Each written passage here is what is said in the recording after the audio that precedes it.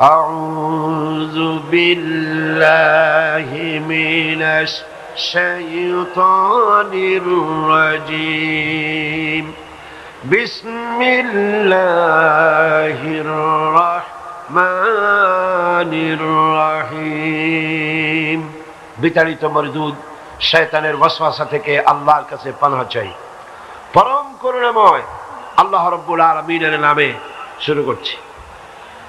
وَلَقَدْ آتَيْنَا لُقْمَانَ الْحِكْمَةَ أَنِ اشْكُرْ لِلَّهِ وَمَنْ يَشْكُرْ فَإِنَّمَا يَشْكُرُ لِنَفْسِهِ وَمَنْ كَفَرَ فَإِنَّ اللَّهَ غَنِيٌّ حَمِيدٌ وَإِذْ قَالَ لُقْمَانُ لِابْنِهِ وَهُوَ يَعِظُهُ يَا بُنَيَّ لَا تُشْرِكْ بِاللَّهِ إِنَّ الشِّرْكَ لَظُلْمٌ عَظِيمٌ সাদাকাল্লাহুল আযীম। ইরশাদ হচ্ছে ওয়ালাকাদ আতাইনা লুকমানাল হিকমাহ, আমি লোকমানকে সূক্ষ্ম জ্ঞান দান করেছিলাম। আনিশকুর লিল্লাহ, যাতে করে তিনি আমার অর্থাৎ আল্লাহ পাকের কৃতজ্ঞতা প্রকাশ করতে পারে। ওমান ইয়াশকুর ফাইন্নামা ইয়াশকুরু লিনাফসিহি, আর যে ব্যক্তি কৃতজ্ঞতা প্রকাশ করে সে তার নিজের জন্যই কৃতজ্ঞতা প্রকাশ করে। ওয়ামান কাফারা, আর যে ব্যক্তি কুফরি করে, ফাইন্নাল্লাহা গানিয়্যুন হামিদ, অর্থাৎ যে ব্যক্তি আল্লাহর প্রতি অকৃতজ্ঞ, কৃতজ্ঞতা প্রকাশ করে না, সেক্ষেত্রে আল্লাহ পাক তার কৃতজ্ঞতার মুখাপেক্ষী নন, তিনি হচ্ছেন নিজে নিজেই প্রশংসিত। ওয়াইজ ক্বালা লুকমানু লিবনিহি ওয়া হুয়া ইয়াইযুহু, আর স্মরণ করো যখন লোকমান তার ছেলেকে উপদেশ দিচ্ছিলেন, ইয়া বুনাইয়া, হে বৎস, লা তুশরিক বিল্লাহ, আল্লাহর সাথে কাউকে শরীক স্থাপন করো না। ইন্নাশ শিরকা লাযুলমুন আযীম, নিঃসন্দেহে শিরক হচ্ছে মস্ত বড় জুলম। এ হচ্ছে আয়াতে কারিমা যে দুটি আমি তেলাওয়াত করলাম তার শাব্দিক অর্থ। এখন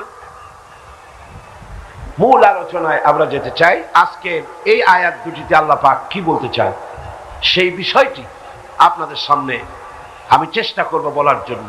আমা তৌফিকি ইল্লা বিল্লাহ। প্রথমে আমাদের জেনে নেওয়া দরকার যে আল্লাহ পাক লোকমান এর নাম কোরআন শরীফে উল্লেখ করলেন, তিনি কি ছিলেন, তার সম্পর্কে মতবিরোধ রয়েছে। ইতিহাসবেত্তারা মতবিরোধ করেছেন।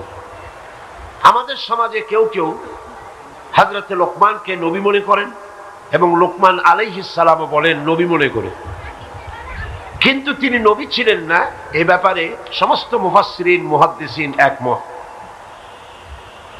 কেউ কেউ বলেছেন তিনি আদ জাতির অন্তর্ভুক্ত ছিলেন এবং ইয়ামেনের বাদশা ছিলেন। মাওলানা সৈয়দ সুলাইমান নদভী তিনি তার আরদুল কোরআন গ্রন্থে লিখেছেন যে আদ জাতির উপর আল্লাহর আযাব নাযিল হওয়ার পর হযরত হুদ আলাইহিস সালামের সঙ্গে যে সব ঈমানদারেরা বেঁচে ছিলেন, লোকমান ছিলেন তাদেরই একজন। এবং ইয়ামেনে তিনি সেই জাতির রাষ্ট্রপ্রধান ছিলেন, অন্যতম শাসক ছিলেন, বাদশা ছিলেন। কিন্তু কতিপয় প্রবীণ সাহাবায়ে কেরাম রিদওয়ানুল্লাহ তাআলা আলাইহিম আজমাইন, তাদের মতে যেমন হযরত ইবনে আব্বাস রাদিয়াল্লাহু তাআলা আনহু, হযরত আবু হুরায়রা রাদিয়াল্লাহু তাআলা আনহু, হযরত জাবির ইবনে আব্দুল্লাহ আনসারী রাদিয়াল্লাহু তাআলা আনহু, তাদের মত হচ্ছে লোকমান ছিলেন নুবার অধিবাসী এবং মিশরের কালো মানুষদের অন্তর্ভুক্ত ছিলেন তিনি। আর আরবরা কালো মানুষদেরকে হাবশি তারা বলতেন, সাধারণত কালোদেরকে তারা হাবশি বলত। আর লোকমান ছিলেন, লোকমান হাকিম, তিনি ছিলেন কালো এবং কৃতদাস, কালো রঙের ছিলেন, কৃতদাস ছিলেন। তার ভাষা ছিল আরবি। ভাষা আরবি হওয়ার কারণে তার জ্ঞানের কথাগুলি, তিনি অত্যন্ত জ্ঞানী ছিলেন, তার এই কথাগুলি সর্বত্র ছড়িয়ে পড়েছিল। তিনি যার অধীনস্থ ছিলেন, তার মালিকের কাছেও খবর গেল যে তিনি একজন জ্ঞানী মানুষ। যেখানে যান সেখানেই লোকেরা ভিড় জমায়। তার জ্ঞানপূর্ণ, তার সূক্ষ্ম জ্ঞানপূর্ণ কথা শোনার জন্য সেখানে ভিড় জমে যেত। তার মালিক তাকে পরীক্ষা করার জন্য তাকে ডাকলেন। এত লোকেরাই তাকে জ্ঞানী বলে, আসলে কেমন জ্ঞানী দেখি। তাকে ডাকলেন এবং তাকে প্রশ্ন করলেন। তাকে বললেন তিনি, তুমি একটা ছাগল জবাহ করো। তিনি বেশ চড়াতেন, ছাগল চড়াতেন, যার কৃতদাস তিনি ছিলেন। বললেন, তুমি একটি ছাগল জবাহ করো এবং এই ছাগলটির শরীরের উৎকৃষ্ট অংশটি আমার সামনে নিয়ে আসো। হযরত লোকমান হাকিম ছাগল জবাহ করলেন এবং ছাগলের ভেতরের তার শরীরটা জবাহ করে গোশত কেটে ভেতর থেকে কলিজাটা, দিলটা কেটে তিনি নিয়ে আসলেন। এরপরে তার মালিক বললেন, ঠিক আছে, এবার তুমি আবার ফিরে যাও, আরেকটি ছাগল জবাহ করো এবং সেটির সবচেয়ে নিকৃষ্ট অংশটি আমার কাছে নিয়ে আসো। তিনি চলে গেলেন এবং তার শরীরের, সেই ছাগলের শরীরের ভেতর থেকে কলিজাটা বের করে নিয়ে আসলেন, এসে তার সামনে উপস্থিত করে দিল। তার প্রভু আশ্চর্য হলেন যে আমি তোমাকে বললাম ছাগলের শরীরের নিকৃষ্ট অংশটি আমাকে নিয়ে উৎকৃষ্ট অংশটি নিয়ে আসো, তখন তুমি কলিজা নিয়ে আসলে, কারুকটা নিয়ে আসলে। আবার যখন বললাম নিকৃষ্ট অংশটি নিয়ে আসো, তখন সেই কলিজাটাই আনলে। এর কারণটা কি? তিনি বললেন, প্রাণীর দেহের ভেতরে উৎকৃষ্ট কোন জিনিস থাকলে তার নাম হচ্ছে কাল্ব, দিল, আর নিকৃষ্ট যদি কিছু থাকে সেটাও হচ্ছে দিল। বাদশা বুঝতে পারলেন, তার মালিক বুঝতে পারলেন যে আসলে সে জ্ঞানী। আর জ্ঞানীদের কথা সব সময় একরকমই হয়ে থাকে। লোকমান হাকিম এই কথা বলেছিলেন বহু আগে। রাসূল করিম সাল্লাল্লাহু আলাইহি ওয়াসাল্লাম তার আবির্ভাবে দুনিয়া আসার অনেক আগে এই কথা তিনি বলেছিলেন। আর ঠিক একই কথাই রাসূল করিম সাল্লাল্লাহু আলাইহি ওয়াসাল্লাম বললেন, ইন্না ফিল জাসাদে মুদগা ইযা সালাহাত সালাহাল জাসাদু কুল্লু ওয়া ইযা ফাসাদা ফাসাদাল জাসাদু কুল্লু আলা ওয়া হিয়াল কলব। রাসূল করিম সাল্লাল্লাহু আলাইহি ওয়াসাল্লাম বলেছেন, মানুষের শরীরের ভেতরে এক টুকরা মাংস আছে, গোশত টুকরা আছে। সেই গোশত টুকরা যদি ভালো হয় গোটা শরীর ভালো, আর গোশত টুকরা যদি খারাপ হয় তাহলে গোটা শরীর খারাপ। আলা ওয়া হিয়াল কলব, সেটা হচ্ছে কলব, সেটা হলো তার হৃৎপিণ্ড। হৃৎপিণ্ড ভালো, সব ভালো। হৃৎপিণ্ড খারাপ, তার দিল খারাপ, তো সব খারাপ। এই জন্যে আসলে আল্লাহর পক্ষ থেকে যখন যে কথা আসে, যাদের কাছে আসে, সে কথার ধরন একই হয়। পৃথিবীতে যত নবী এসেছেন সমস্ত নবীদের কথা একরকম ছিল না ভিন্ন রকম ছিল? বলেন আপনারা। সমস্ত নবীদের বক্তব্য ছিল একই রকম, কারো কথার সাথে কারো কথার কোনো বৈপরীত্য হয়।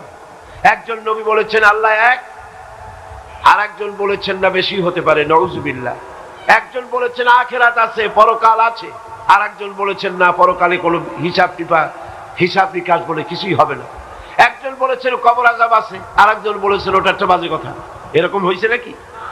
দুনিয়ায় হযরত আদম আলাইহিস সালাম থেকে শুরু করে বিশ্বনবী মুহাম্মদ রাসূলুল্লাহ, সকলে বলেন সাল্লাল্লাহু আলাইহি ওয়াসাল্লাম, সে পর্যন্ত পৃথিবীর সমস্ত নবীদের দাওয়াত ছিল কয় রকম? সকল নবীরাই মানুষের সামনে একই দাওয়াত পেশ করেছেন। তাদের দাওয়াতের মূল সূত্র ছিল লা ইলাহা ইল্লাল্লাহ। আল্লাহ রাব্বুল আলামিন বলেন লা তা'মাল আবসার ওয়ালাকিন তা'মাল কুলুবুল্লাতী ফিস সুদূর। লা তা'মাল আবসার, এদের বাহ্য দৃষ্টি নষ্ট হয়ে যায় নাই। এই যে দার্শনিকরা বিভিন্ন মত বলছে, এক একজন এক এক রকম মত প্রকাশ করছে, তাদের বাহ্য দৃষ্টি শক্তি বিনষ্ট হয়ে যায়নি। লা তা'মাল আবসার, আমি বলি না যে তারা অন্ধ, ওয়ালাকিন তা'মাল কুলুবুল্লাতী ফিস সুদূর। আসল কথা হলো তাদের অন্তর দৃষ্টি বিনষ্ট হয়ে গিয়েছে। চোখ তো দুই প্রকার। চোখ কয় প্রকার?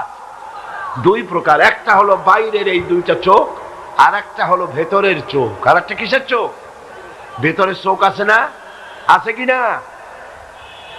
যদি আপনি না বোঝেন ভেতরের চোখ আছে কিনা, তাহলে যাই দেখেন, কোন মাতুব্বরের কাছে যাই বলবেন আমি তো এইরকমের একটা বিপদে পড়ে গেছি, দিনের বেলা গিয়ে আপনি বলতেছেন, সে লোকটি বলবে ভাই আমি তো এখন চতুর্দিকে অন্ধকার দেখতেছি। তখন কিন্তু মেঘও হয় নাই, সন্ধ্যাও হয় নাই, রাতও না, একেবারে দুপুর বেলা বলতেছে চতুর্দিকে অন্ধকার দেখতেছে। কিসের অন্ধকার? জ্ঞানের অন্ধকার। তার জ্ঞানের চক্ষু খোলা নাই, চতুর্দিকে সে অন্ধকার দেখতে পাচ্ছে। সুতরাং জ্ঞানের একটা চোখ আছে, জ্ঞানের একটা চোখ আছে। সেই চোখগুলিকে অপারেশন করে হাকিকত বোঝার জন্য, সত্য জিনিসকে উপলব্ধি করার জন্য আল্লাহ রাব্বুল আলামিন একটা মেডিকেল টিম পাঠিয়েছেন পৃথিবীর বুকে। সেই মেডিকেল টিমের নাম হচ্ছে আম্বিয়া আলাইহিমুস সালাম। তারা ওহীর ছুরি দিয়ে অপারেশন করেছেন। ওয়ায়ুযাক্কিহিম ওয়া ইউআল্লিমুহুমুল কিতাবা ওয়াল হিকমা, মানুষকে পরিশুদ্ধ করেছেন, তেলাওয়াত করে শুনিয়েছেন, বিজ্ঞান শিক্ষা দিয়েছেন, মানুষের চক্ষুকে খুলে দিয়েছেন। তাহলে দিলের একটা কলব আছে, দিলের একটা চোখ আছে। সেই দিলটা যদি ঠিক থাকে তাহলে সব ঠিক। সুন্দরী নারীতে শান্তি নাই, বাড়ি গাড়িতে শান্তি নাই, বরং এগুলি দিয়ে অশান্তি আরো বাড়ে। শান্তি কিসে হবে? আসল শান্তি কিসে? ইন্ডাস্ট্রিতে নয়, বাড়িতে নয়, গাড়িতে নয়, সুন্দরী নারীতে নয়। আসল শান্তি হচ্ছে পিস অফ মাইন্ড। সেটা কি? আল্লাহ পাক বলছেন আলা বিযিকরিল্লাহি তাতমাইন্নুল কুলুব। জেনে রাখো একমাত্র আমার জিকির, আমার স্মরণ মানুষের অন্তরাত্মাকে ঠান্ডা করে দিতে পারে। সুবহানাল্লাহ। মানুষ যখন আল্লাহ যখন বলে, কি প্রশান্তি, কি প্রশান্তি! দারুণ বিপদ, মামলা মোকদ্দমা, হামলা, গ্রেফতারি পরোয়ানা, ব্যবসায় সব শেষ, ছেলে মারা গেছে, মেয়ে মারা গেছে, দুঃখ দারিদ্র কষ্টে জর্জরিত। সেই সময় মনের কথা উজাড় করে দিয়ে আল্লাহ পাকের দরবারে চোখ থেকে দুফোঁটা পানি ফেলতে পারলে সেখানে যে তৃপ্তি, এই তৃপ্তি পৃথিবীতে আর কোথাও পাওয়া যায় না। কোন মোমেন বান্দা, কোন মোমেন বান্দি অন্তরে অন্তঃস্থল থেকে, হৃদয়ের গভীর কন্দর থেকে একটি বার যদি উচ্চারণ করে আল্লাহ, বলেন সবাই আল্লাহ, সবাই মুখ খুলে বলেন আল্লাহ, আল্লাহ রাব্বুল আলামিন 70 বার সাড়া দেন, বান্দা কি চাও আমি হাজির। বান্দা থেকে আল্লাহ পাক দূরে নয়, একদম নিকটে। আল্লাহ পাক বলেন কত নিকটে, শোনো, ওয়া নাহনু আকরাবু ইলাইহি মিন হাবলিল ওয়ারিদ। তোমার ঘাড়ে যে শাহরগ, যে রগের উপরে তোমার মাথাটা খাড়া হয়ে আছে, এর থেকেও আমি আল্লাহ তোমার কাছে বেশি নিকটবর্তী। এখন এই দিল, কলব, এটা সুস্থ হতে হবে। বহুত মুসলমান আছে যাদের এই অন্তর ঠিক নাই, তাদের কাছে সব ভালো লাগে। কয় যে হুজুর ওয়াজ যখন শুনি বেশ মজা লাগে। আবার যখন গান শুনি তাও খারাপ লাগে না, আছে কিনা? মসজিদও ভালো লাগে, আবার মন্দিরও মোটামুটি ভালো লাগে, খারাপ লাগে। রাসূল করিম সাল্লাল্লাহু আলাইহি ওয়াসাল্লামের খেদমতে হাজির হলেন, এসে বললেন তায়েফে বহু সংখ্যক লোক ইসলাম কবুল করতে চায়, একটি মাত্র শর্ত, তারা ইসলামের সব আইন কানুন মানবে, একটি শর্ত, সেটা হলো এই, তারা তাদের ঘরে মূর্তিটা রাখতে চায়। এই মূর্তি রাখার পেছনে মূর্তি তারা পূজা করবে তা না, এটি একটি সংস্কার, এটি একটি আবেগ, একটি আবেগ। অতীতেও ছিল, কিছুদিন ইসলাম কবুল করার পর এই মূর্তিগুলো ঘরে থাকবে, তারপরে আস্তে আস্তে তারা মূর্তি ফালায় দেবে, এটা রাখবে না, ফালায় দেবে। তবে শর্ত এইটা, তারা ইসলাম কবুল করবে, সব মানবে, ঘরের মধ্যে মূর্তিটা রাখার জন্য একটু পারমিশন দেওয়া হোক। রাসূলুল্লাহ কি জবাব দিলেন? আল্লাহ পাকের নবী বিশ্ব নবী মুহাম্মদ রাসূলুল্লাহ সাল্লাল্লাহু আলাইহি ওয়াসাল্লাম বললেন, এদের মুসলমান হওয়ার কোনো প্রয়োজন নাই, কোনো দরকার। মুসলমান হতে হবে তো 16 আনাই হতে হবে, পূর্ণাঙ্গ হতে হবে, একটু নয়, সব। সুতরাং লোকমান হাকিম সম্পর্কে এই কথাটুকু আমি আগে বলে নিলাম যে তিনি ছিলেন জ্ঞানী, এই জন্য তাকে লোকমান হাকিম বলা হতো। আল্লাহ পাক বলছেন, আল্লাহ পাক বলছেন ওয়ালাকাদ আতাইনা লুকমানাল হিকমা, আমি লোকমানকে সূক্ষ্ম জ্ঞান দান করেছি। সুবহানাল্লাহ। কে দান করেছেন? কি জন্য? আনিশকুর লিল্লাহ, সেজন্য আল্লাহর কৃতজ্ঞতা প্রকাশ করতে পারে। এরপর আবার আল্লাহ পাক বলছেন ওমাইয়াশকুর ফাইন্নামা ইয়াশকুরু লিনাফসি, যে ব্যক্তি কৃতজ্ঞতা প্রকাশ করে সেটা নিজের জন্যই করে। ওয়ামান কাফারা, আর যে ব্যক্তি কুফরি করলো, তার থেকে আল্লাহ পাক, তার কৃতজ্ঞতার মুখাপেক্ষী আল্লাহ নন, কারণ আল্লাহ পাক নিজেই নিজের থেকেই প্রশংসিত, কারো প্রশংসার মুখাপেক্ষী তিনি নন। বুঝে আসছে কথা? এখন আল্লাহ পাক বলছেন লোকমানকে আমি জ্ঞান দান করেছি। হযরতে লোকমান আল্লাহ পাকের এই দেওয়া জ্ঞানের শুকর আদায় করেছিলেন, তিনি শুকরিয়া আদায় করলেন। শুকরিয়া আদায় করার কারণে তিনি তো কৃতদাস ছিলেন। লোকমান কি ছিলেন? কৃতদাস। তার জ্ঞানের কারণে তার মালিক তাকে মুক্ত করে দিলেন। হযরতে লোকমান আল্লাহর শুকর আদায় করেছিলেন।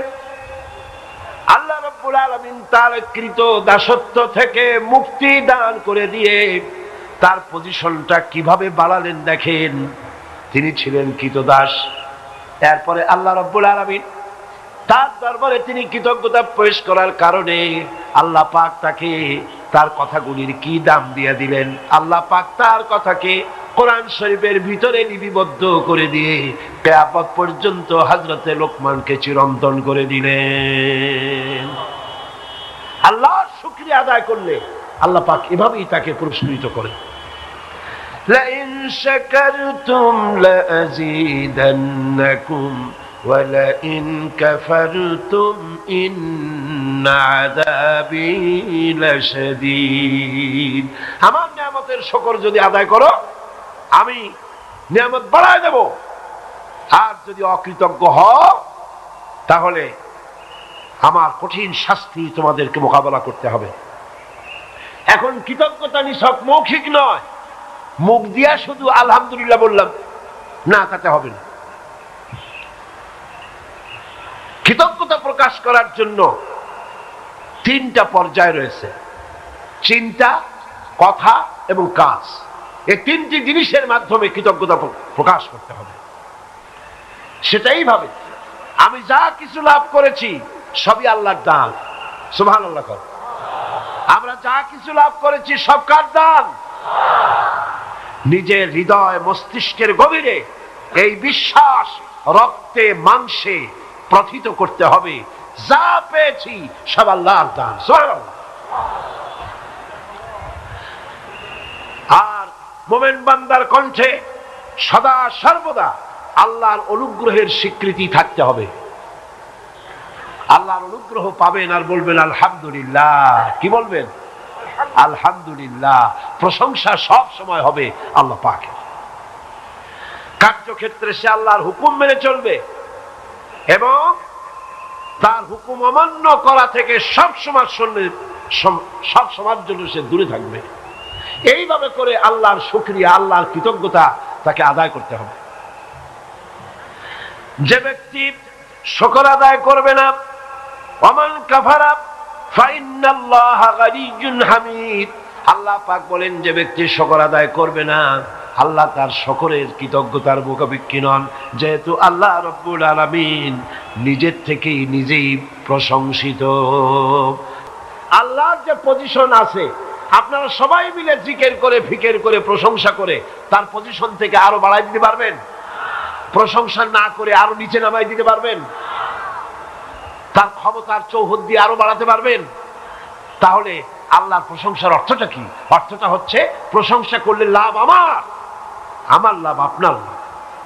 আল্লাহ পাক বলেন ইউসাব্বিহু লিল্লাহি মা ফিস সামাওয়াতি ওয়া মা ফিল আরদ, আকাশ এবং জমিনের ভিতরে যত বস্তু যা কিছু দেখতে পাও, জড় অজড় যত পদার্থ দেখতে পাও, যা তোমার চোখে ধরা পড়ে, যা তোমার চোখে ধরা পড়ে না, সবকিছু আল্লাহ রাব্বুল আলামিনের তাসবিহ করতেছে। সাব্বাহা ইউসাব্বিহু তাসবিহান, অতীতে তাসবিহ করেছে, এখনো তাসবিহ করছে, ভবিষ্যতেও তাসবিহ করবে। কিভাবে করবে?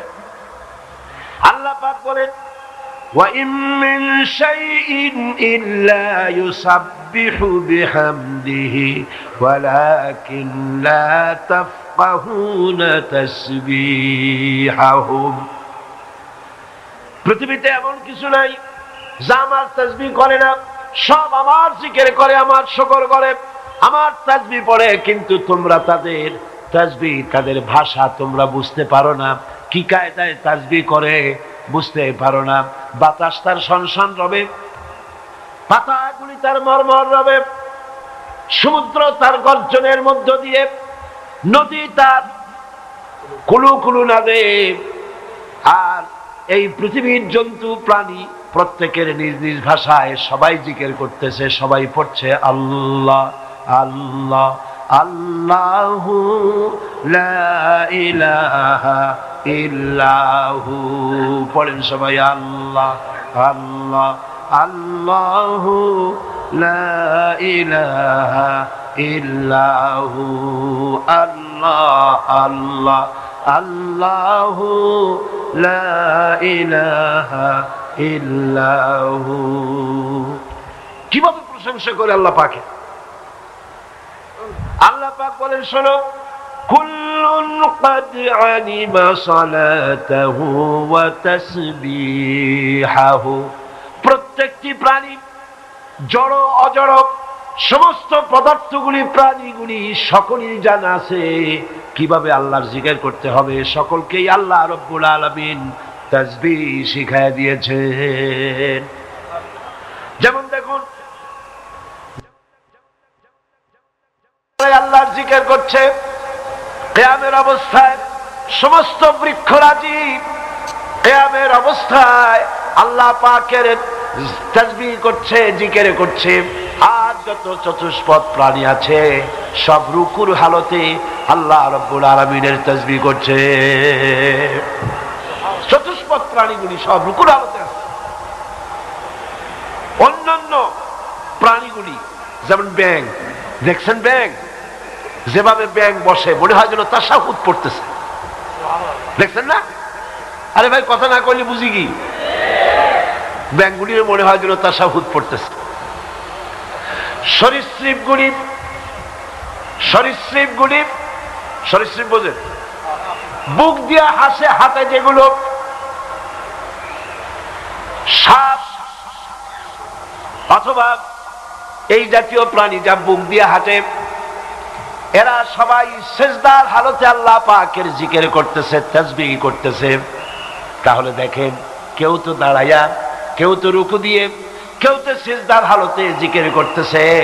আবার অন্যদিকে দেখুন, তামাম পৃথিবীর সমস্ত গাছপালা, তরুলতা, কীট পতঙ্গ, জন্তু জানোয়ার সবাই মিলে যেভাবে আল্লাহর জিকির করে, এ সবগুলি আল্লাহ রাব্বুল আলামিন মানুষের মধ্যেই দান করে দিয়েছেন। আল্লাযীনা ইয়াযকুরুনাল্লাহা কিয়ামান ওয়া কুউদান ওয়া আলা জুনুবিহিম। মানুষ দাঁড়িয়ে আল্লাহর ইবাদত করে, রুকু দিয়েও করে, সিজদা দিয়েও করে। আল্লাহ পাক মানুষকে সব রকমের ইবাদত করার তৌফিক দান করে দিয়েছেন। পৃথিবীর সমস্ত প্রাণী আল্লাহর জিকির করছে, আল্লাহর তাসবিহ করছে, আল্লাহর প্রশংসা করছে। সুতরাং আপনি প্রশংসা করেন আর না করেন, আল্লাহ কিচ্ছু আসে যায়। প্রশংসা করলে লাভ কার? আমার, আপনার, আমাদের সকলেরই। আমাদের মর্যাদা বেড়ে যায়। আমাদের মর্যাদা কত বাড়ে জানেন? কত বাড়ে? ফাযকুরুনি আযকুরকুম ওয়াশকুরুনি ওয়ালা তাকফুরুন। ফাযকুরুনি আযকুরকুম, তোমরা যদি আমার জিকির করো, আমি তোমার জিকির করব। সুবহানাল্লাহ। আমরা যদি জিকির করি, এই প্যান্ডেলের মধ্যে লক্ষাধিক জনতা নিয়ে আল্লাহর জিকির করতেছি, এটা শুনে আল্লাহ পাক আরশে আজিমে ফেরেশতাদের মজলিসে আমাদের জিকির করবেন। কোনটা বড় হইলো? বড় হইলো কোনটা? আমারটা না আল্লাহরটা? সুবহানাল্লাহ। এজন্য হাদিসে কুদসির ভিতরে এসেছে, আল্লাহ রাব্বুল আলামিন বলেন, বান্দা যদি আমার দিকে 1 বিঘত যদি অগ্রসর হয়, আমি আমার বান্দার দিকে 1 হাত আগায়া যাই। বান্দা যদি আমার দিকে হেঁটে আসে, আমার রহমত বান্দার দিকে দৌড়াইয়া যায়। हर हमेशा देने को वो तैयार है,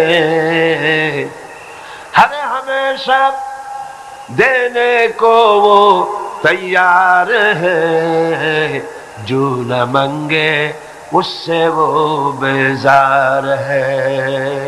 सब समय দিতে প্রস্তুত কে? খুশি হয়ে নামটা নিতে কষ্ট হয়?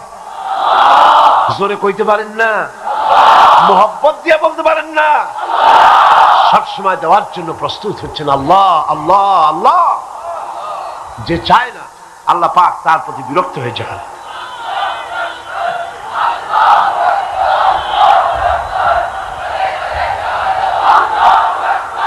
এখন আসুন, আল্লাহ পাক বলছেন, এ কথাগুলি এখন কার আসতেছে?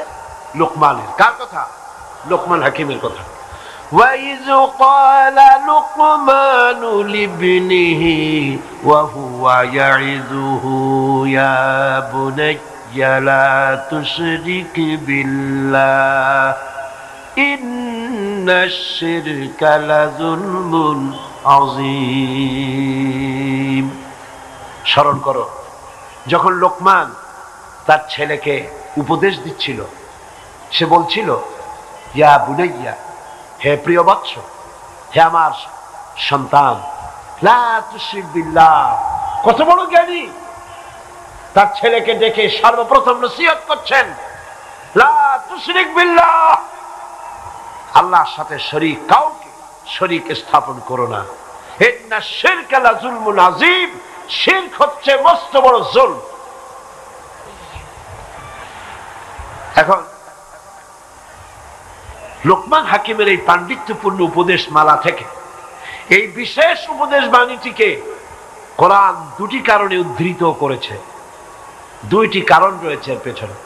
হযরতে লোকমান তিনি তার সন্তানকে উপদেশ দিচ্ছেন। কাকে? তাহলে এই উপদেশ নিখাত, নির্ভেজাল, সলিড, আন্তরিক, 100%, এর মধ্যে কোনো ভুল নাই। তিনি ছেলের কল্যাণ কামনা, তাই নিজ পুত্রকে নসিহত করছেন।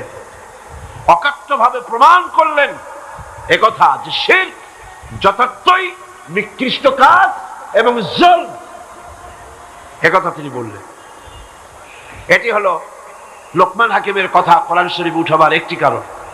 2 নম্বরের কারণ হচ্ছে মক্কার কাফেরেরা নিজ সন্তানদেরকে শিরক করতে বাধ্য করত। রাসূল করিম সাল্লাল্লাহু আলাইহি ওয়াসাল্লামের দ্বীনের দাওয়াত থেকে ফিরাবার জন্য জুলম করত, বাধ্য করত, এক আল্লাহর প্রতি ঈমান এনো না। তখন এই আয়াত নাযিল হলো। আল্লাহ তাদেরকে বুঝাতে চাইলেন, তোমরা তো তোমাদের সন্তানদেরকে শিরক করতে বাধ্য করছো, অথচ যে লোকমানকে তোমরা সবচাইতে জ্ঞানী বলে মনে করো, জানো, বিশ্বাস করো, ইতিহাসের চর্চা হয় তোমাদের মধ্যে, সেই জ্ঞানী লোকমান তিনিও তো এই কথা বলেছেন। এ কথা রাসূলুল্লাহ নতুন বলছেন না, এর আগে লোকমান হাকিম নামের একজন বিজ্ঞ ব্যক্তি এই কথাটি বলে গেছেন। সুতরাং এইটার বিরুদ্ধে তোমরা যেও না, এটার বিরোধিতা করো না, আল্লাহর সাথে শিরক করো না। এখন শিরক অর্থ হচ্ছে অংশ। অংশ ইসলামী পরিভাষায় আল্লাহ তাআলার জাত এবং সিফাতের সাথে কাউকে তার সমকক্ষ, সহায়ক এবং অংশীদার স্থির করাকেই আরবিতে কি বলা হয়? আজকের আলোচনা অত্যন্ত গুরুত্বপূর্ণ। এই আলোচনার সাথে আমাদের জান্নাত আর জাহান্নাম নির্ভর করে। এইটা বিশ্বাস এবং আমলের উপরে আমাদের জান্নাত এবং জাহান্নাম নির্ভর করে। অত্যন্ত মনোযোগের সাথে আজকের আলোচনা শুনতে চেষ্টা করুন এবং দোয়া করুন যেন আল্লাহ পাক আমাকে বলার তৌফিক দেন।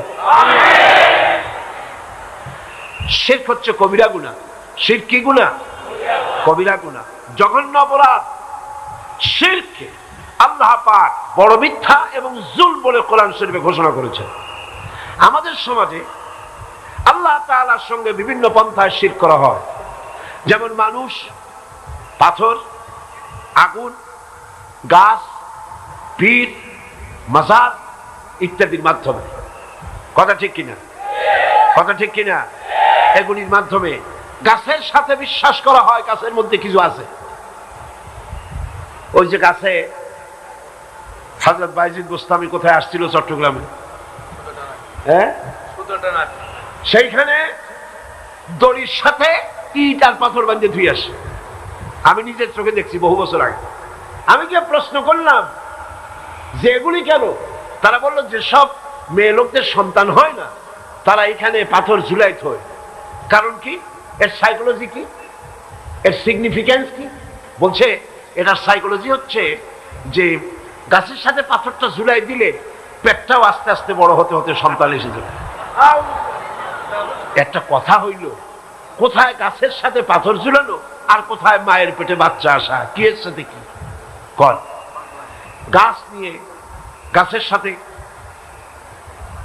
শিরক করা হচ্ছে, গাছ নিয়ে আল্লাহর সাথে শিরক করা হচ্ছে, পাথরের পূজা করা হচ্ছে, আগুনকে সম্মান করা হচ্ছে।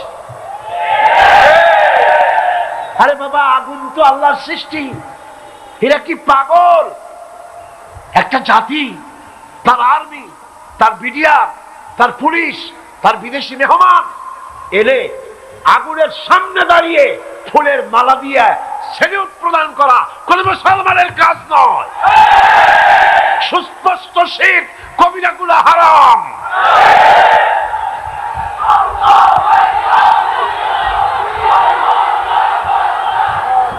এটাকে বলা হচ্ছে,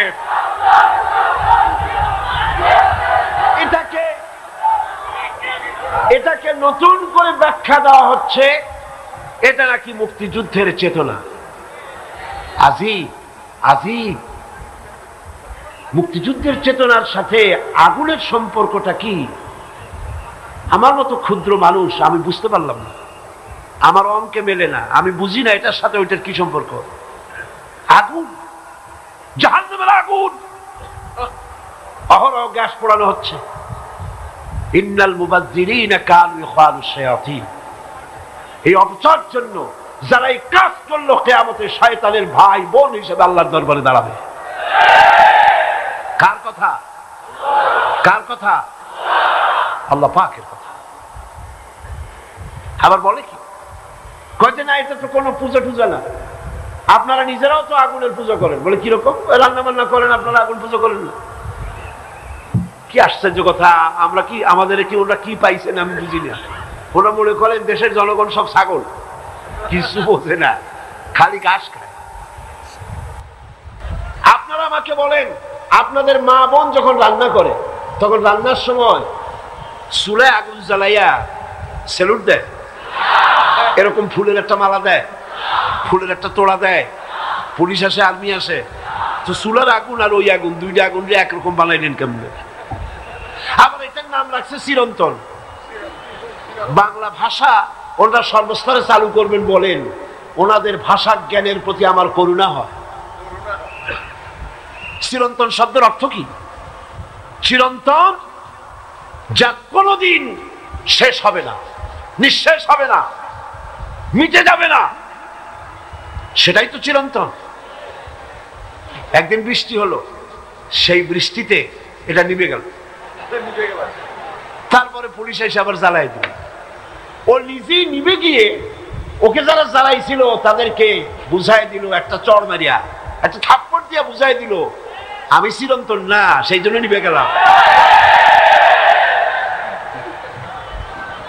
তো মানুষ, পাথর, আগুন, মাজার, পীর ইত্যাদির মধ্য দিয়ে আমার দেশের লোকেরা আল্লাহ পাকের সাথে শিরক করে। শিরক বোঝার জন্য একটি উদাহরণ আমি আপনাদের সামনে পেশ করতে চাই।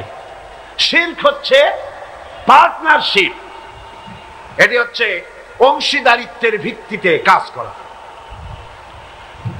তিনটি জিনিসের অভাবে মানুষ অংশীদারিত্বের ভিত্তিতে কাজ করে। কয়টা জিনিস বলেন? তিনটা জিনিস।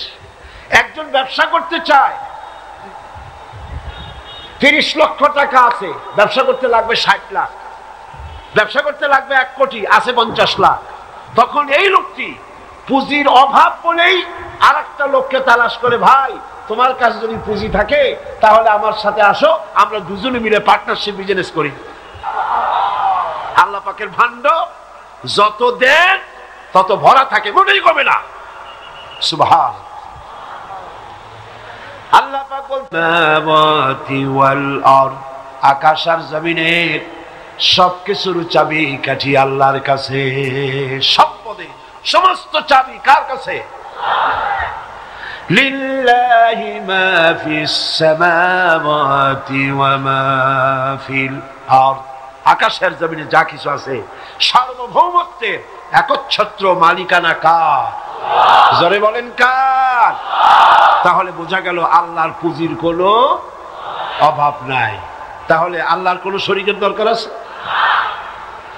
2 নম্বরে আরেকটি অভাবের কারণে মানুষ পার্টনারশিপ বিজনেস করে, সে অভাবটা হলো বুদ্ধির অভাব, দক্ষতার অভাব, যোগ্যতার অভাব, জ্ঞানের অভাব, মেধার অভাব।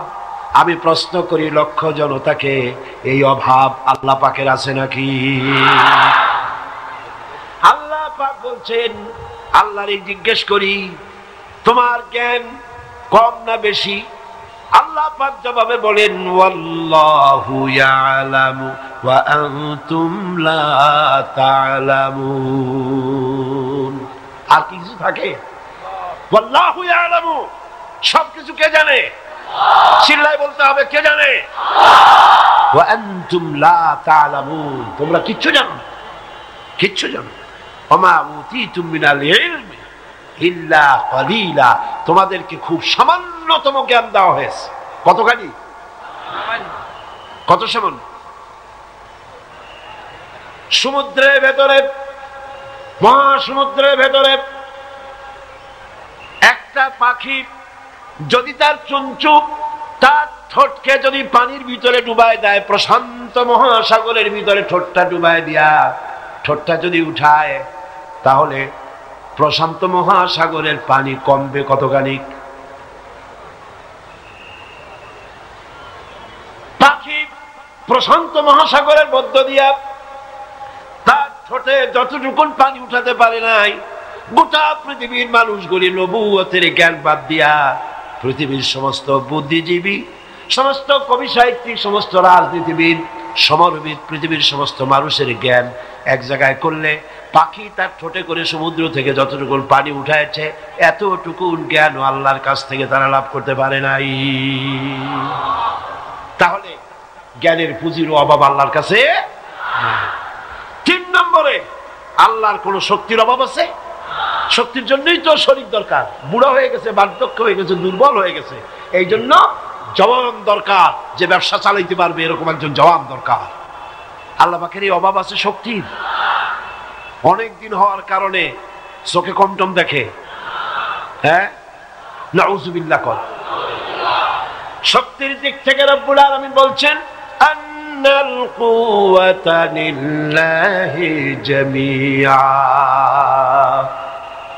পাগলেরা, পাগল নেতারা, পাগল নেত্রীরা, উন্মাদ নেত্রীরা, উন্মাদ নেতারা বলে সকল ক্ষমতার উৎস জনগণ। এরা উন্মাদ। এরা কি উন্মাদ না হলে বলে ৭১-এর চেতনা নিয়ে বন্যার সাথে মোকাবেলা করা হবে। বন্যা কি পাকিস্তানি সৈন্য? তোমার রাইফেল নিয়ে, বন্দুক নিয়ে, তারপরে তুমি বন্যাটা গাইবা? পাগল। পাগল কি গাছে ধরে? জনগণকে বলা হয় ক্ষমতার উৎস। মিথ্যে কথা, বাজে কথা। এই কথাটা বলে আপনাদেরকে একটু খুশি করিয়া, আপনাদেরকে পাম পট্টি দিয়া ডানলপ টায়ার বানায় দিতে চায় ফুলাইয়া। এটা একটি কবিরা গুনাহ, বিশ্বাস করা হলো হারাম, কারণ কোরআনের কথার সাথে সাংঘর্ষিক। আল্লাহ পাক বলছেন আন্নাল কুওয়াতা লিল্লাহি জামিআ। সমস্ত ক্ষমতার উৎস কে? এরকম কোন কেন? সামনে ৫-৬ জন কয় আল্লাহ, দূরে যারা দাঁড়ায় আছে আপনারা আল্লাহ কইতে পারেন না?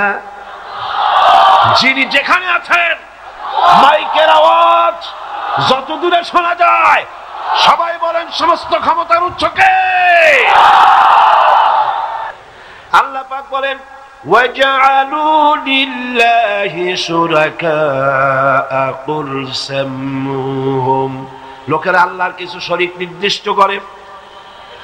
হে নবী, তাদেরকে বলো, তারা যদি বাস্তবিকই আল্লাহর বানানো শরীক হয়ে থাকে তবে তাদের নাম ঘোষণা করো। তারা কারা আমার একটু শোনাও।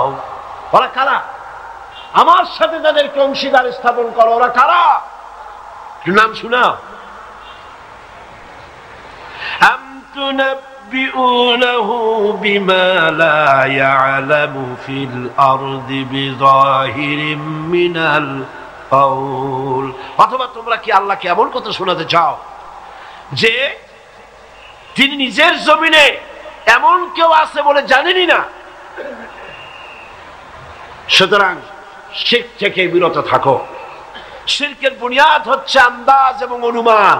শিরকের বুনিয়াদ কি? আন্দাজ।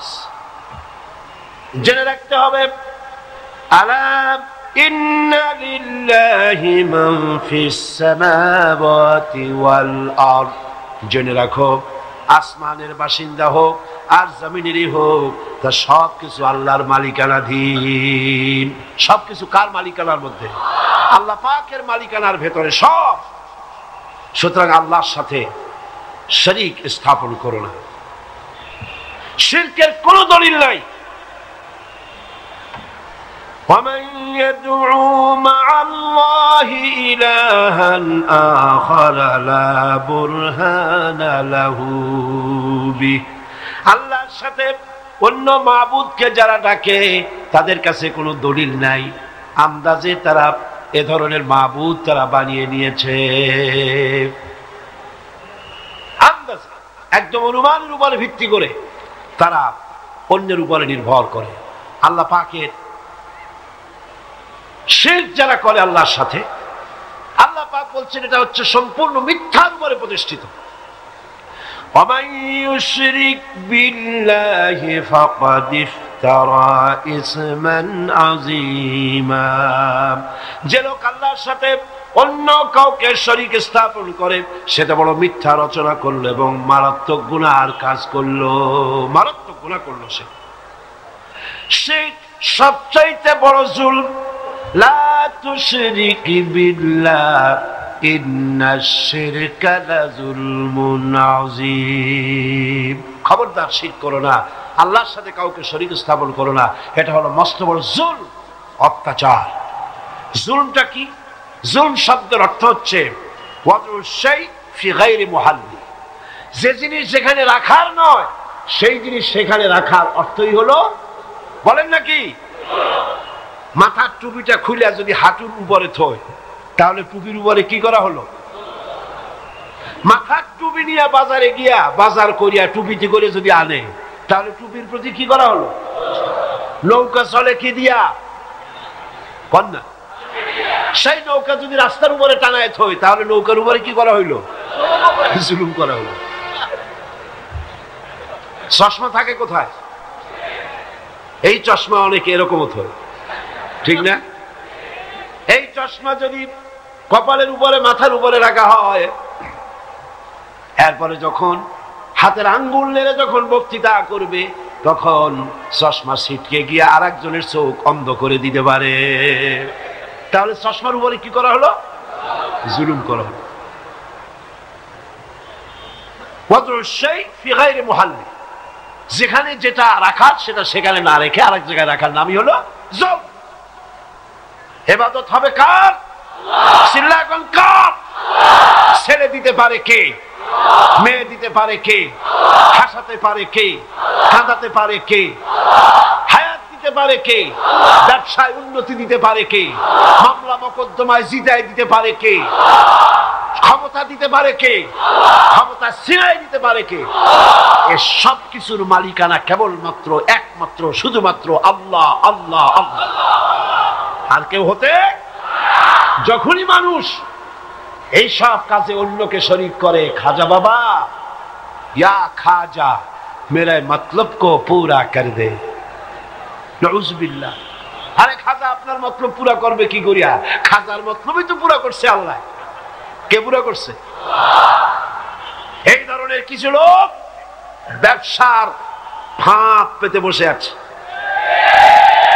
ভাবখানেই আমরা হচ্ছে আল্লাহর এজেন্ট, আমার কদম বসি করো, হাদিয়া দাও, টাকা দাও, পয়সা দাও, তোমার ভাগ্য খুলে যাবে।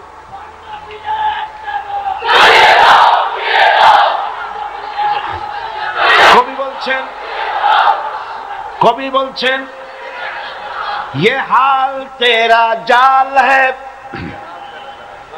मकसूद तेरा माल है, ये हाल तेरा जाल है, मकसूद तेरा माल है, क्या जब तेरा चाल है लाखों को अंधा कर दिया। তোমার এই হাল, এই অবস্থা মানুষের সামনে একটা জাল, জালিয়াতি, ভণ্ডামি। মানুষের কাছে ভণ্ডামি করে মানুষের অর্থ করি লুটে নেওয়া ধর্মের নামে এক ব্যবসা। সুতরাং এই আপনারা কার কাছে যাচ্ছেন? আল্লাহর কাছে চাইতে হবে যা দরকার। কার কাছে? মৃত্যু মানুষ, জিন্দা মানুষ আমাকে কিছু দিতে পারে না, চাইতে হবে কার কাছে? মুসা আলাইহিস সালাম আল্লাহ পাকের দরবারে আরজি পেশ করলেন, আয় আল্লাহ তুমি নাকি ঘুমাও না। আল্লাহ কয় তুমি বিশ্বাস করো না? মুসা আলাইহিস সালাম বললেন অবশ্যই বিশ্বাস করি, তবে আমার বুঝে আসে না। আল্লাহ পাক বলছেন বিশ্বাস যখন করো তাহলে বুঝাই দেওয়া যাবে, বুঝাই দেওয়া যাবে। বিশ্বাস তো করছো। ইব্রাহিম আলাইহিস সালাম এরকম বলেছিলেন, রব্বি আরিনি কাইফা তুহিয়াল মাউতা, হে আল্লাহ তুমি মুর্দারে জিন্দা বানাও কেমনে? আল্লাহ কয় আওয়ালাম তুমিন, বিশ্বাস করো না? কয় বালা ওয়ালাকিন লিয়াতমাইন্না কলবি, বিশ্বাস তো করি খোদা, তোমার কথা বিশ্বাস না করে যাবো কই? বিশ্বাস করি, তবে কানে শোনা আর চোখে দেখা একটু পার্থক্য তো আছেই। চোখে যদি দেখতাম খুশি হয়ে যাইতাম, আল্লাহ দেখাই দিছিলেন, দেন নাই? কোন সূরা আছে? আলমেরা কোন তাড়াতাড়ি সূরা বাকারার মধ্যে কোন না কেন? মুসা আলাইহিস সালাম বললেন, আল্লাহ তুমি নাকি ঘুমাও না? আল্লাহ কো বিশ্বাস করো না? কো বিশ্বাস করি, বুঝি না। আল্লাহ কো তাহলে বুঝাই, এক গ্লাস পানি নিয়ে আসো। মুসা আলাইহিস সালাম এক গ্লাস পানি নিয়ে আসলেন, দাঁড়ায় থাকো। মুসা আলাইহিস সালামরে বললেন পানি নিয়ে দাঁড়ায় থাকো, আর আল্লাহ ঘুমেরে কইলেন ধর মুসারে। ঘুম আসে মুসা আলাইহিস সালামরে ধরছে, ঘুম এসে গিয়েছে, হাতের থেকে গ্লাসটা পড়ে গেল, পানি ছিটকে গেল, গ্লাস ভেঙে চুরমার হয়ে গেল। মুসা আলাইহিস সালাম অপরাধীর মতো বলছে, রব্বুল আলামিন আমি তোমার হুকুম পালন করতে গিয়ে ব্যর্থ হয়ে গেলাম, গ্লাসটা পড়ে তো ভেঙে গেছে ঘুমের কারণে। আল্লাহ কয় বুঝছো কিনা ঘুমাই না কেন? মুসা আলাইহিস সালাম বলেন বুঝি না। রব্বুল আলামিন বলেন, মুসা রে একটা গ্লাস নিয়া একটা মিনিটও দাঁড়ায় থাকতে পারলা না, ঘুমাইলে পরে তোমার হাতের থেকে গ্লাসটা পড়ে ভেঙে চুরে চুরমার হয়ে গেল। আমি রব্বুল আলামিন গোটা আকাশ আর জমিনের সৃষ্টি জগতের ট্রাফিক কন্ট্রোল আমি আল্লাহ আমার হাত দিয়া করি। আমি যদি ঘুমায় যাই আসমান এবং জমিন থাকবে না, আর মাখলুকের জন্য কোয়ালিটি যা করেছি খালেকের জন্য সেটা শোভনীয় নয়। আমি খালিক আর তোমরা মাখলুক, তোমাদের যা কোয়ালিটি ওটা আমার হইতে পারে না। আমার তন্দ্রাও নাই, ঘুমও নাই। ঘুম আর তন্দ্রা দুটি কি এক জিনিস? ঘুমাই কিন্তু শীতই থাকে, আর তন্দ্রা মুরগির মতো ঠোকর খায় এরকম করে, এটার নাম তন্দ্রা। আল্লাহ কয় যে লা তাখুযুহু সিনাতুন ওয়ালা নাওম, ঘুম তন্দ্রা কোনটাই আমাকে স্পর্শ করে না। সুবহানাল্লাহ, আমাকে কোনটি স্পর্শ করে না।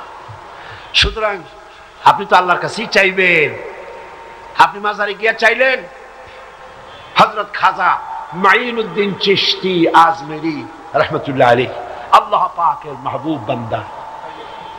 আপনি বাংলাদেশি, আমি বাংলাদেশি। আমি যাই কইলাম খাজা সাহেব আমার ছেলে নাই মেয়ে নেন, দেন কিছু। উনি কি বাংলা বুঝেন? আর একজনে আসলো লন্ডন থেকে, উনি এসে ইংরেজিতে কইলো, উনি কি ইংরেজি বুঝবেন? আর একজন আসলো সৌদি আরব থেকে, তিনি আরবিতে কল, উনি কি বুঝবেন? আর উনি কি রাত দিন 24 ঘন্টা ওই কবরের মধ্যে আছেন, এটার কি কোনো প্রমাণ আছে? উনি সকল ভাষা বুঝতে পারেন, সারাক্ষণ জেগে জেগে সব শোনেন আর সব সকলের প্রয়োজন মিটায় দেন, এটা কি সম্ভব? এই কথাগুলিও যদি মাথায় না ঢোকে তো আল্লাহ আকল দিলেন কেন? সমস্ত ভাষা, আরবি, ইংরেজি, উর্দু, ফার্সি, Telugu, Italy, Roman, Dutch, France, সারা পৃথিবীর সমস্ত ভাষা সৃষ্টি করেছেন কে? যে কোনো ভাষায় ডাকেন, যখন ডাকেন, যেখানে বসে ডাকেন, এই ফরিয়াদ কে শোনে? কে শোনে? কে শোনে? সব ভাষায় তিনি শুনতে পান ফরিয়াদের সানি। সেজন্য যিনি ভাষা বোঝেন, যিনি শুনতে পান, সে আল্লাহ রাব্বুল আলামিনের কাছে চাইতে হবে সব সময়ের জন্য। আমার মা বোনেরা, আমার ভাইয়েরা, সবাইকে আমি সতর্ক করতে চাই এ ব্যাপারে, আল্লাহ পাকের সাথে কাউকে শরীক স্থাপন করবেন না। যা চাইবার, যা বলার চাইবেন আল্লাহর কাছে, মানুষের দেওয়ার কিছু নাই, আপনার আশা পূরণ কেউ করতে পারবে না। আল্লাহ পাক বলছেন, আল্লাহুল্লাযী খালাকাকুম সুম্মা রাযাকাকুম সুম্মা ইউমীতুকুম সুম্মা ইউহয়ীকুম।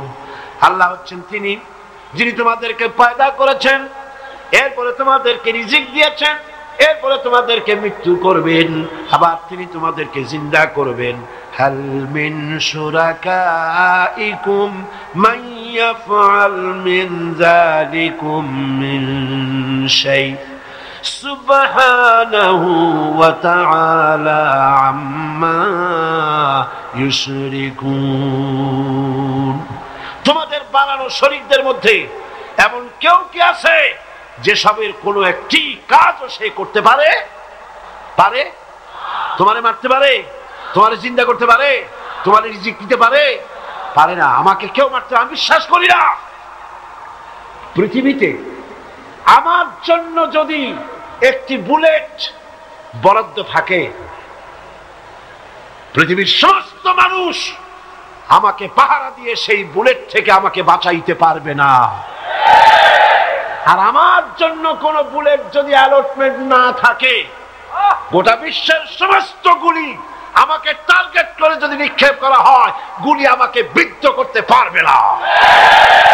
এটার নাম ঈমান। এর নাম কি? এই ঈমান যাদের কলিজা সমৃদ্ধ, তারা কাউকে পরোয়া করে না।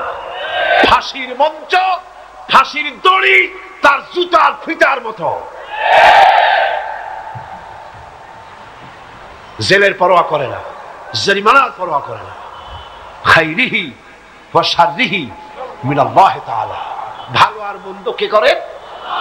কে করেন? সমস্ত ক্ষমতার উৎস কার হাতের মুঠায়? মুসা আল্লাহ পাক হুজুরকে বলেছেন, কোনো চিন্তা নাই, আপনি আমার চোখের সামনে। কত বড় কথা, আপনি আমার চোখের সামনে। মুসা আলাইহিস সালামকে বলেছেন, আমি তোমাকে দেখছি। কিসের ভয়? চতুর্দিক থেকে বাঘ, ভাল্লুক, সিংহ তোমাকে আক্রমণ করছে, জাদুকরদের তৈরি করা।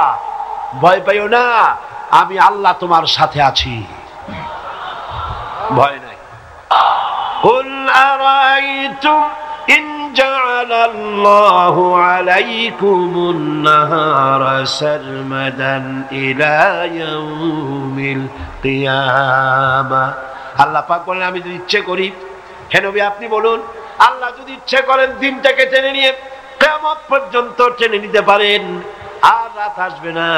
মান ইলাহুন গায়রুল্লাহি ইয়াতিকুম বিলাইলিন তাসকুনুনা ফীহি আফালা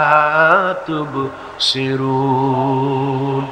দিনটাকে যদি কিয়ামত পর্যন্ত আমি লম্বা করে দেই, তাহলে কি আছে এমন যেই দিনকে বিদায় করে দিয়ে রাতের আধার এনে দিয়ে তোমাদেরকে ঘুমাবার মতো আরাম করে দেবে, আরামের পরিবেশ সৃষ্টি করে দেবে, এমন কেউ আছে নাকি? আছে কেউ? তাহলে ক্ষমতা কার? সেজন্য শিরক হচ্ছে ক্ষমার অযোগ্য অপরাধ, ক্ষমার অযোগ্য অপরাধ। ইন্নাল্লাহা লা ইয়াগফিরু আন ইউশরাকা বিহি ওয়া ইয়াগফিরু মা দুনা যালিকা লিমান ইয়াশা। আল্লাহ কেবল শিরকের গুনাহ মাফ করবেন না, এছাড়া সব গুনাহ মাফ করবেন, যেটা ইচ্ছে করবেন। শিরকের গুনাহ মাফ হবে না।